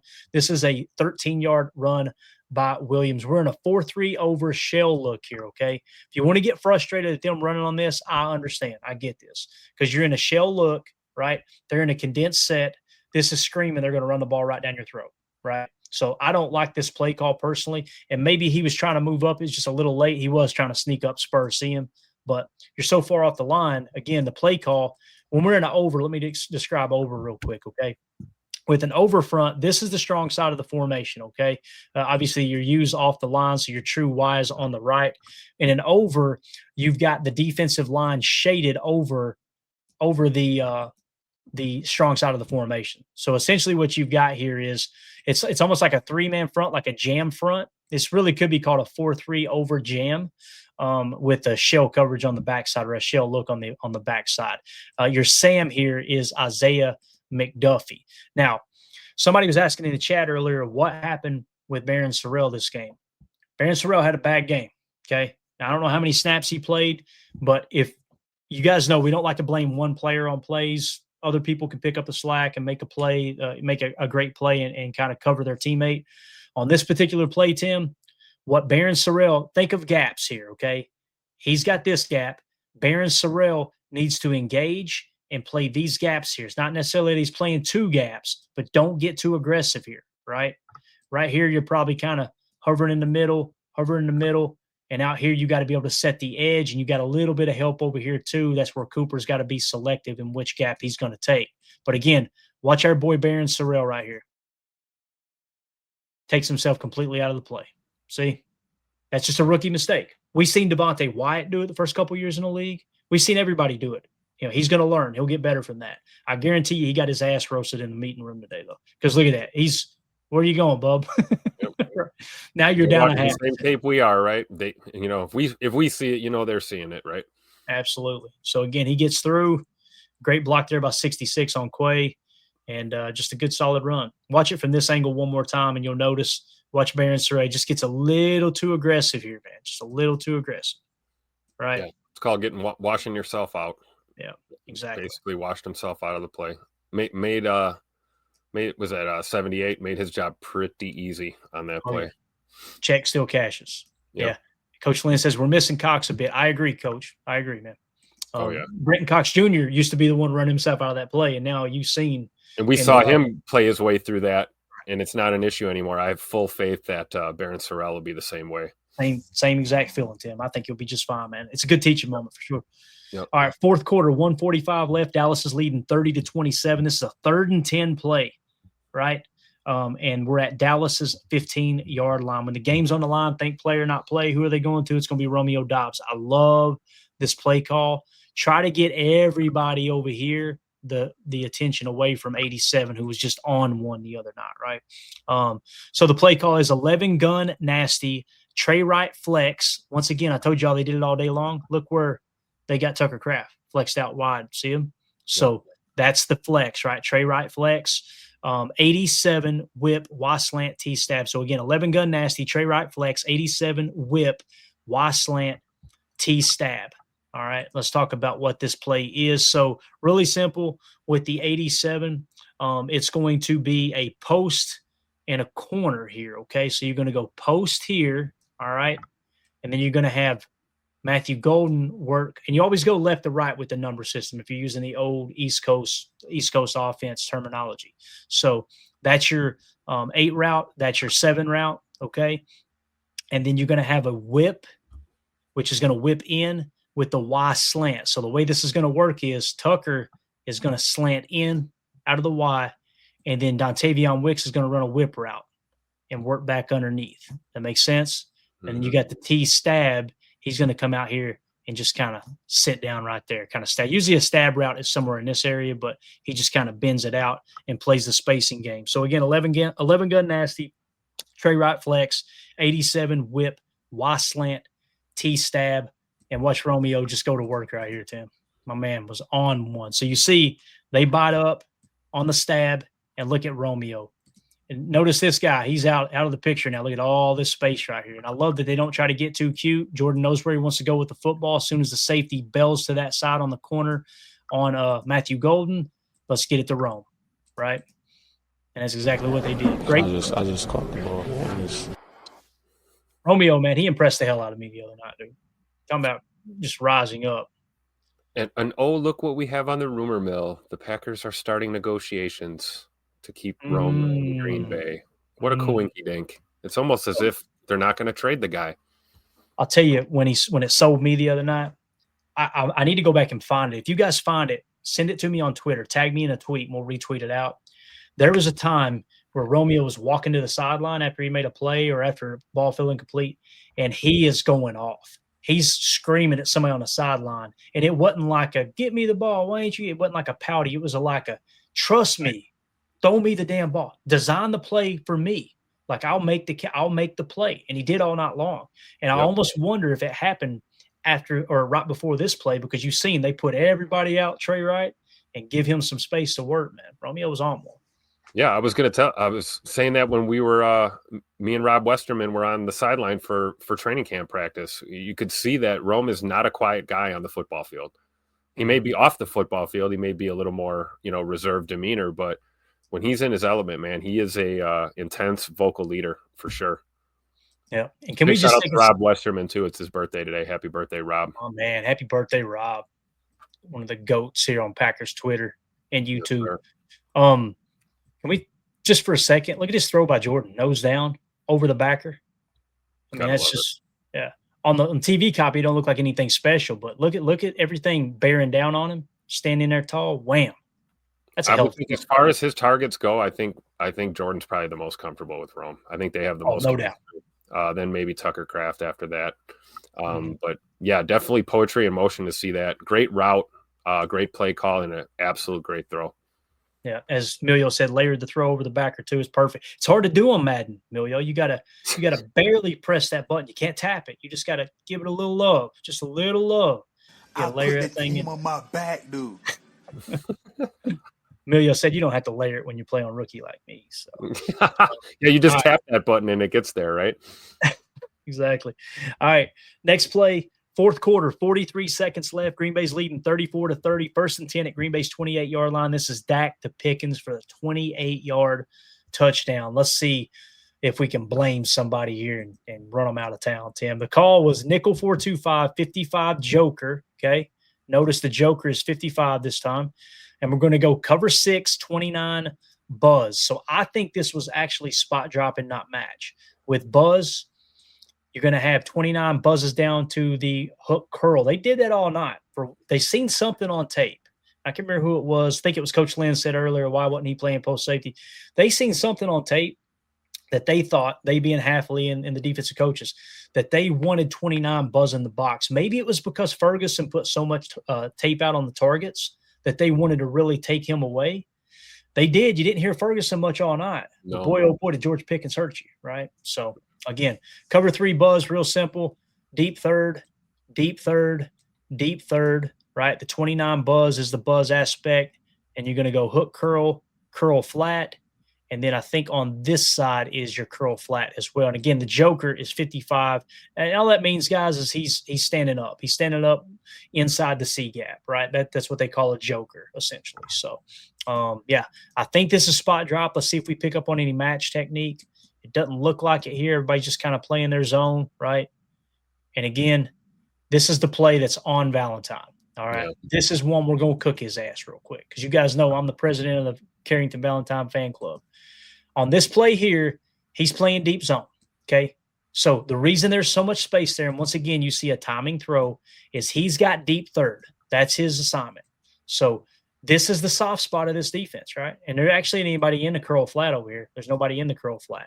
So essentially what you got here is Carrington's on an island out there, and he can't get beat deep. Now, if your argument is you want him to play a little more snug, take it up with Halfley. This is Halfley's decision to have this guy play off like this. Notice the outsider playing off, and Bullard's a little more snug on the slot, right? So, again, good timing by Dak. Carrington's got to play it. All right, then he bots. This is the problem. I think what he's thinking right here, Tim, is how can I get myself between him and the sideline so the clock continues to run? Keep in mind, man, there's 43 seconds left, right? Yeah, the hell with that, man. Make the tackle. Throw his ass out of bounds if you have to. And that's me just trying to give him the benefit of the doubt, right? Like, okay, what was he thinking here? Maybe he's thinking keep him in bounds, but you got to know, man, in a cover 3 zone, there ain't nobody helping you back here. Yep. Yeah. And that's exactly what happens. So he gets cooked back inside. It's a tough look, man. I understand people pissed off with him about that, but I would 100% agree with that assessment because you can see the way he attacks and takes that angle. I don't think that was him doing this negligently. I think you're right. I think he's thinking get between him and the sideline, and he just whiffed. Yep. And if he makes that tackle and keeps him in bounds, who knows, man? Maybe they don't end up getting the end zone right there and you win the ball game. Right. We'd be talking about one of the plays of the game here if he actually made that play. So it's not lack of effort on CV's part. It was just probably the wrong effort at the wrong time. Yeah, just a mistake. It's as simple as that. for sure. So, all right, they scored. Right now, let's move it along. 35 seconds left. Man, this last 2 minutes of this game was unbelievable. Of regulation was just awesome, dude. 35 seconds left. Dallas is up 37-34. First and 10 from your own 26. This is Jordan Love to Josh Jacobs for 25 yards. The call is 11 gun, dubs left, all curls, T crease. And this was kind of interesting, man. With the crease route, he's just going to kind of come up right here, okay? Everybody else is in curls. I want to say he works inside a little bit on the curl. And then you got the tight end works here on the curl, I believe. Curl. All right. So why were they playing that? People, it's easy to rake them over the coals, go, oh, they're playing too conservative. They're at this point, they're trying to take what Dallas is giving them. Let's go down the field, take everything underneath. That's what they're giving you. Don't want to throw into the teeth of defense, turn the ball over, lose the game right there.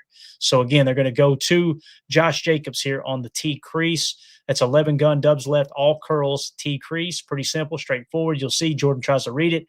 All the curls. I mean, you could have hit Wicks here, but I love what he does here. Let's get the Josh Jacobs with a little bit of momentum and let Jacobs do the rest, right? Yep. And great job by Tay Wicks to immediately recognize that, turn up and engage to block. Yep. Tay Wicks' game has come a long way this year. Absolutely. Yeah. So again, just a good job reading it. And Josh Jacobs is so damn good, dude. He is so good. Dynamic. This is what we were talking about pregame a few times about, hey, if we can't necessarily get it going on the ground with the running game, throw those quick passes to Josh and let him do what he does in space. And we saw a lot of success in this game with those type of looks. Yeah, for sure. All right, so they end up kicking the game time field goal off of that drive. So now we go to overtime. 6:43 left, tied at 37. 2nd and 7 play at Green Bay's 39-yard line. This is Dak to Tolbert. If you're a Keyshawn Nixon fan, now is the time to change the channel. Okay, it's going to get ugly here for a minute. So we got nickel 4-2. I got to go. Nickel 4-2-5 TE 96 touch. So we got a touch spy on this one. The touch spy is real simple. 96 Kobe Wooden is going to engage, and then he's just going to play a little spy, sit right here. He's not actually going to rush the quarterback. So it's actually only a 3-man rush. Okay. And the TE is real simple. The tackle goes first, and the E, which is Micah Parsons, is going to loop off of that. And you got LVM working on this side. I think there's a hold on this play as well. The call, though, is cover 3 sky. Okay. You guys know how this goes. Deep third. We showed you Buzz just a second ago. On sky, the safety goes curl flat. Hook, curl. Thank you for pulling it up, Tim. So you can see the difference there in sky and Buzz. Buzz, the safety jams down to hook, curl. In sky, the corner drops deep and the safety goes curl flat. That's the call there. Okay, so again, nickel 4-2-5, TE 96 touch, cover 3 with 29 being the curl flat. Now, the problem here is you're in a deep cover 3, and there's nothing there. Like, this is a good play call. This is one of my favorite play calls. If you're just going to try to bring a 4-man rush, give me Sky all day long. I love it. I love Sky because the safety like McKinney is so smart that if there's no threat to the flat outside, then you can just kind of sit in that hook curl, read the quarterback, and play everything else underneath. You can really steal some interceptions that way. So this is a good play call, right? And everybody's trying to get to him. I think this is the play where LVN gets held. Yeah, it's kind of hard to see. You'll see the end zone cam. Look right here. Oh, my goodness. Like, how in the hell? What are we even talking about here? He's getting tackled from behind, right? And that was something that Tauscher pissed me off saying earlier today. Usually it's very rare I get mad at Tauscher, but he was like, I see the people on the internet talking about the holds, but unless you tackle somebody, you shouldn't call a hold. I'm going, what position do you play? Oh, okay, got it. Yeah. This in this case right here, he tackles LVN. So this one should have been called a hold by Tauscher standards as well. So you see Keyshawn playing pretty snug here, right? Good coverage. Dak's going to try to evade right after LVN gets tackled. Okay. Now look at Key. He's stride for stride with you, playing it perfect. You can't give up on the play. You can't stop playing right here. So watch Key's just going to kind of fade. Okay, it's over. What are we, Key? That's rough, man. And then of course, bang, there you go. I don't know. The only thing I'm thinking of is, well, you're right. Body language is everything. It did look like he got to the top there and just kind of thought he defended long enough. But the only excuse I could maybe make is maybe he thought he was going to carry deep, all the way into the end zone, and Key's trying to protect the goal line. But bottom line, yeah, that does not look good.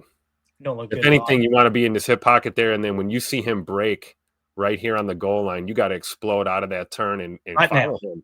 Yeah, Yes. right now you got to be breaking out towards that ball, and again, teaching tape, right? Yep. If anyone's going to see this one time on film and learn from it and correct it, it's Keyshawn Nixon for sure, because that guy has gotten better every single year he's been a Packer. So I fully believe he'll learn from this tape here.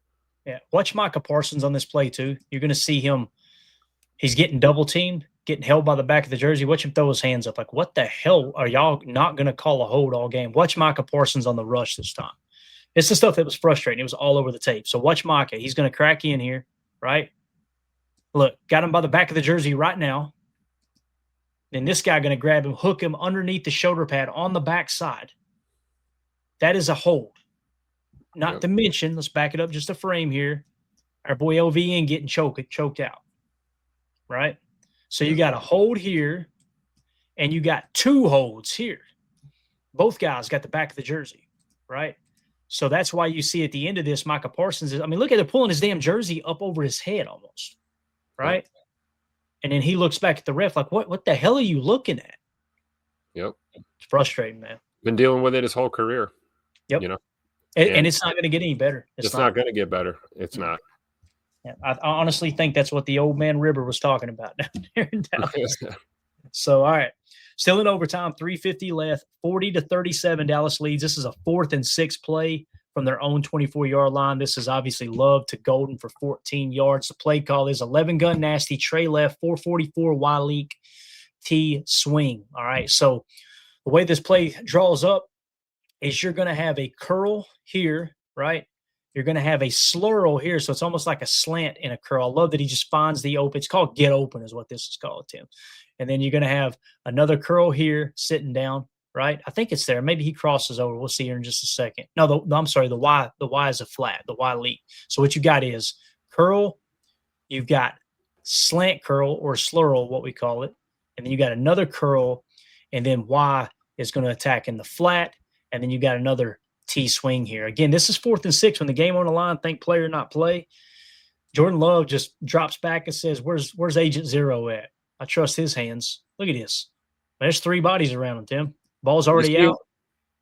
You want to know why it's a completion? Watch Matthew Golden chop down at the top of this route and just absolutely paralyze all 3 of these defenders. Look, 1, 2, 3, chop. They're frozen enough time for Jordan to put that ball there. And an absolute great hands catch by Matthew Golden here to secure it. Yeah. Great catch, man. Great play. You'll see the catch even better right here. And the anticipation by Jordan. Jordan knew exactly where he wanted to go with this ball. I love it. Watch him. Back foot hits, let it rip. Bang. That's a good throw. Great throw. And these are those plays where we talk about building rapport and chemistry with your young receivers. This is one you file into that category. You know, Matthew Golden just notched another way up the list on the trust factor with Jordan Love. Yeah, good protection. I mean, he let that ball go as soon as Matthew Golden was chopping down there. He knew he was going to be there. Yep. And that's 4th and 6. That ball falls incomplete ball game. We got metrics on the miles per hour on this throw because this looked like a laser. It was a laser. It was nose down. Love it. Yeah. All right. So there you go. Love to Golden on 4th down. Now let's keep it going here. Dallas is still up 40-37, 2:31 left, 2nd and 1 at their own 47-yard line. This is Wilson with a 13-yard run. I know a lot of people didn't like the fact that we ran the ball so much on this final drive. I love that they stayed with it. It's the reason you were able to go right down the field. When you see a box like this out of the gun, this is what I was talking about, what we need to do with the running game, Tim. Remember, all week long we were talking about this. Notice how spread out everything is. Spread it out, guys. Spread it out. And make them decide, do we put a corner on Tucker Kraft flexed out? Or do we walk a linebacker out there? If they got a corner on it, it tells you it's zone coverage. That's even more reason to run the rock right here. The play call is 21 gun, 023 pony, 023 pony. So it's Matthew Golden at left halfback, sidecar left, and Emmanuel Wilson, sidecar right. Y flex right. There's your Y out right. And it's going to be an RPO F cheat swing with the orbit, okay? So what's going to happen here is 43 duo. So it's an RPO duo call, right? It's got a pass play attached to it as well as a 43 duo. So when you're in a double sidecar, the left back is the 2, The right back is the 4. That's where you get the first number of the 43. Remember the A or the gap assignment, right? So now you got 4. A gap left is 1. B gap is 3. So that's the 43 duo. Again, what's duo? You're going to get double teams, and then they're looking to break off to the next level if at all possible. Okay. So again, the play call is 21 gun, 023 pony, Y flex right, RPO, F cheat swing, 43 duo. So the passing aspect of the RPO right here on this play, guys, is this orbit motion. Is you've got a swing pass attached. These guys are going out to block for Matthew Golden, and Jordan's got to make the decision. What's the box? What's the hat count look like? Notice they're anchored to the right. So if we go 43, this is set up perfect for a nice run right here. So Jordan sees that, puts the ball in the belly. If all these guys had crashed over last second, he probably pulls that ball out and fires it in the swing pass there to the F, which is our boy Matthew Golden. That makes sense, Tim? Absolutely. All right, so you'll see there it is. They shifted a little bit. See, when they shifted, all right, let's just hand this rock off. You got the hat count you want. And Emmanuel Wilson, no wasted motion. Take what they give you. Nice little 13-yard game. Yeah, great performance from Emmanuel Wilson in this game too. Real quietly had himself a nice ball game. This is another great look at it. Yeah. And that's what we're talking about, right? Pre-snap read by your quarterback. I think that's something Jordan's really, really getting better at. I thought there were a few plays in this game where I thought he made some good checks and some plays I thought maybe he could have checked and he didn't. But this is a great example of we had the look we were looking for. And, like you said, the hat count, everything. Great play call, great execution here.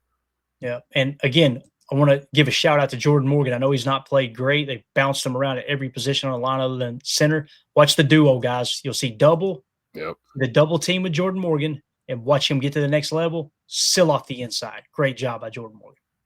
Yep, absolutely. Great rep right there. That's good teaching tape right there for Jordan. Great. Really great. is. It's simple. You probably go, there wasn't nothing to that. That's huge, especially in an RPO duo call, in my opinion. So, all right, last play we'll show here, guys. This is 1st and 10. Dallas is up 40-37. You're at Dallas's 40-yard line, so you've got to get in field goal range, right? And this play right here kind of sealed it for you in field goal range. I know we would much rather have gotten the win. We could highlight all of the debacle there at the end of the time management and this and that. People have covered that extensively. So this is the final play we'll show. This sets up the game-tying field goal, or gets you down in field goal range anyway. 11 gun dubs, Y flex, nasty stack right. Notice the stack look here to the right. And notice it's nasty. I didn't say nasty after gun, Tim, because the whole formation ain't nasty. It's just the stack is nasty. They're inside the number. So 11 gun dubs, Y flex, nasty stack right, 92 switch whip 9, T swing. All right, let's see if I can figure out what the hell all that means. So you've got the go route with the 9. The 2 route is simple. It's just a little slant route, and he's gonna really chop it down and use leverage to get separation. Obviously, spoiler alert, this is going to Wicks here. And then with the switch whip 9 is real simple. So you're going to switch this up, okay? One of these guys, I can't remember who goes there. I think it's Matthew Golden goes on the 9, I believe. I could be wrong there. And they're going to switch. Actually, it'll probably be the opposite. But nonetheless, somebody here is going to run a whip route and whip it in underneath. I like this. Malik Heath there, I believe. So Malik Heath runs the go. I remember now. So with the switch, this is what I like about it. Look at that crazy route. Ain't that beautiful? And then you got Malik is just going to run the go. And the reason it's switch is because notice Malik is technically the 2 and Matthew Golden is the 1. But as soon as the ball snapped, they switch places, right? That's a switch concept. So, yeah. So there's that aspect. And again, on the left side, you got the 9 route. You got the slant. You're going to see Tay chop, and work inside on the slant.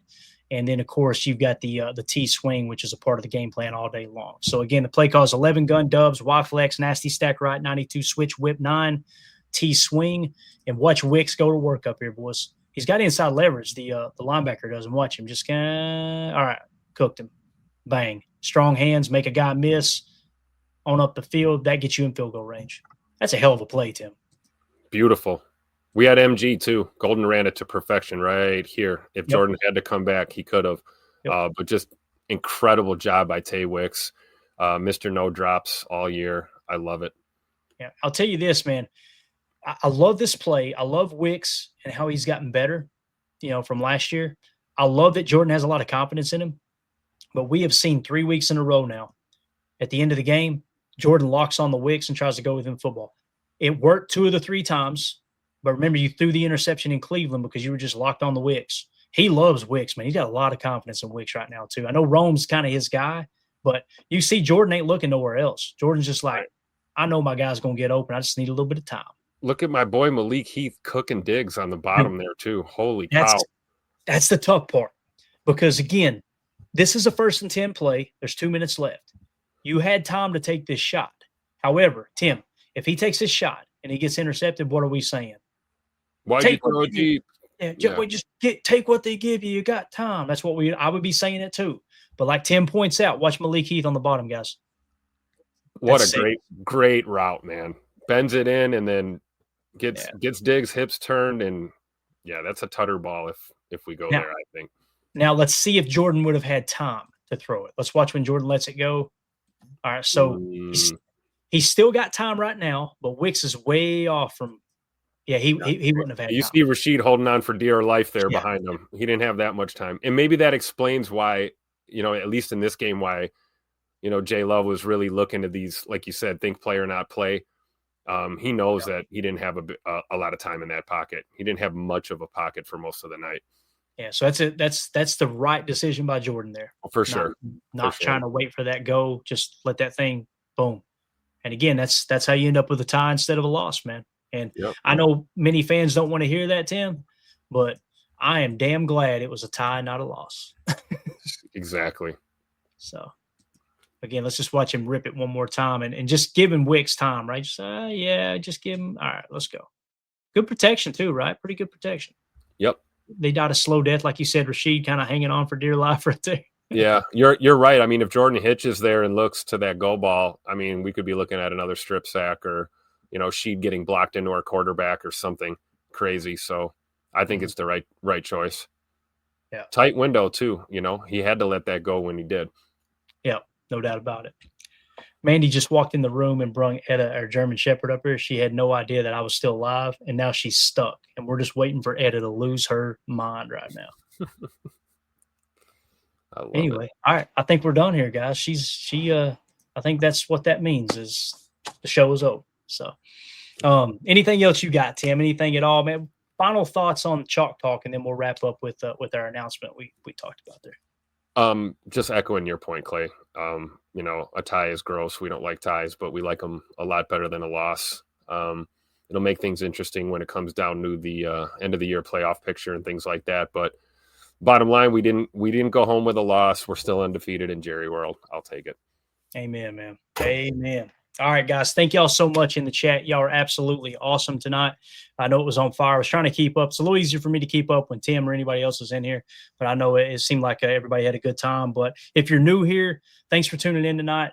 Make sure you click that bell icon and make sure you click subscribe so you're notified every time we do go live. And this was our Chalk Talk segment. Might have been the first time you were sitting in on it. Let us know in the comment what you thought about it. Let us know maybe a player or two that you thought would have been better to highlight, or maybe something that might have been a little more important. Obviously, the blocked extra point was huge, and some of the other plays.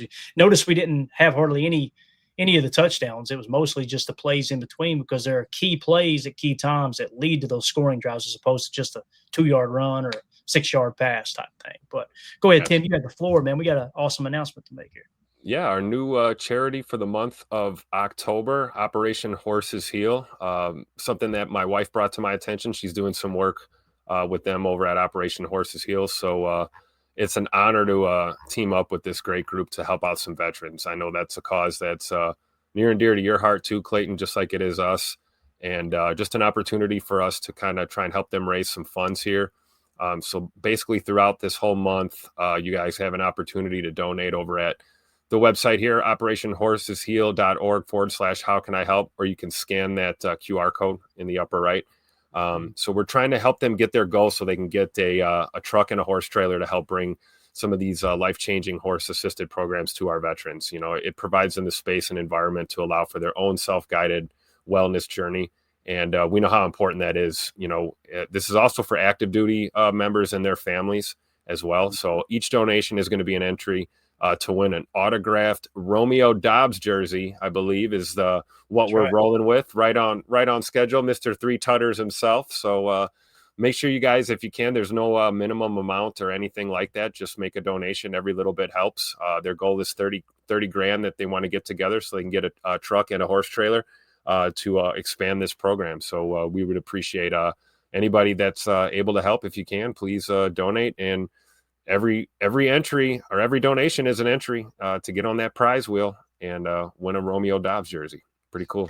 And again, no donation is too small, guys. And it's a White Away autographed Romeo Dobbs jersey from pristineauctions.com, certificate of authenticity, all that good stuff. So that's the one we'll be giving away. And the way it'll work is anybody who donates, you'll be entered into the giveaway like we do with the wheel and everything. We'll spin that sucker, like Tim said, coming off 3 touchdown game. Hopefully they re-sign him as well. It's just a cool piece of memorabilia regardless. And it's a great opportunity for us to give back and help our veterans. You guys know my brother was a veteran. He passed away a couple of years ago. He dealt with a lot of mental health stuff on the backside of his life, and served in the Persian Gulf there in Operation Desert Storm. So this stuff means a lot to me, and I know we've got a lot of veterans that watch the show. People reach out all the time.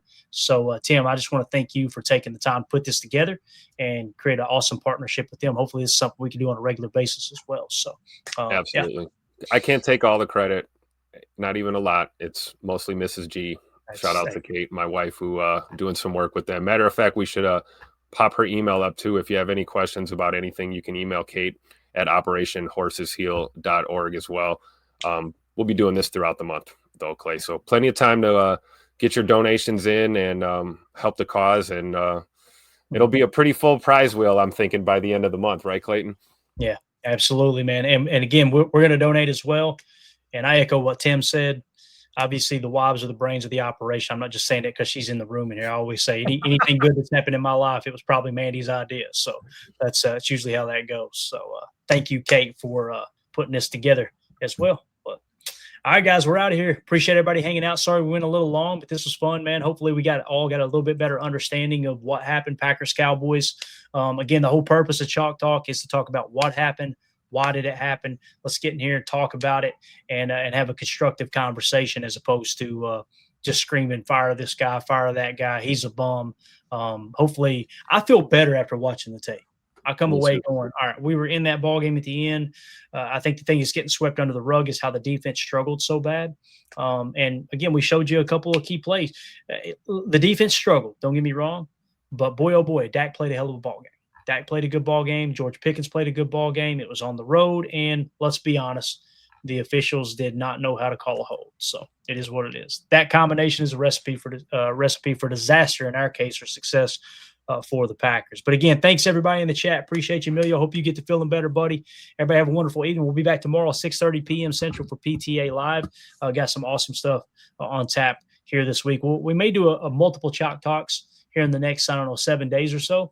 Maybe do like a Micah Parsons highlight reel, this and that. Someone in the Patreon group, I'll give credit real quick, had a good idea, and I thought this was awesome for the bye week. Zach Metzenbar, I hope I'm saying that right. Not calling for this to happen or think it'll happen this year. No, that's the wrong one. I'm sorry. Nebraska Rev was the one. He said, here's a bye week thought. We spent a lot of time getting to know the first and second round picks around the league. I would like to go through them and just hear how they are doing. So what we may do is go through all the first round picks. We'll talk about where we had them on our board and then talk about what their PFF grade is so far in this early season. We'll just do like a 20-minute segment on it, rattle them off real quick and kind of see how close our board was. I know Emilio will get excited about that. And Emilio, what we can do is maybe add an extra, let's create a copy of our spreadsheet for our draft board. We'll make sure our Patreon group has access to it too. Let's create an extra column and we'll put through week 4 what all the rookies' PFF grades were there in the first round. I think that'd be kind of cool. So absolutely. All right. With that being said, we're out of here, guys. Thank you all so much. Appreciate your time. As always, let's go out and be the change we want to see in the world and go back. There we go. We're out. Bye, guys.